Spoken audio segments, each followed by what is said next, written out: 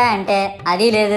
పైగా నా విగ్రహాన్ని కొనడానికి పెళ్లి సంబంధాల్లో పిల్లని చూడడానికి వెళ్ళినట్టు పలోమను 10 మంది వెళ్తారు. అందులో ఒకడికి ఆ బొమ్మ నచ్చిందని, ఇంకోటికి ఈ బొమ్మ నచ్చిందని. నా కర్మ ఏంటంటే అక్కడ ఉన్నవన్నీ నా బొమ్మలే. మళ్ళీ తీరా 10 మందికి ఒక బొమ్మ నచ్చాక అమ్మేటోడు అలుసుగా తీసుకొని 10,000 15,000 అని బాంబు పేలుస్తాడు. ఎందుకురా బాబు ఇంత రేట్ అంటే కలకత్తా నుంచి తెప్పించామంటాడు. నాకు అర్థం కానిది ఏంటంటే ఎక్కడైతే నేను కలకత్తా నుంచి అయితే నాకన్నా మొనగాడు వస్తాడా, అక్కడ కూడా నేనే కదా.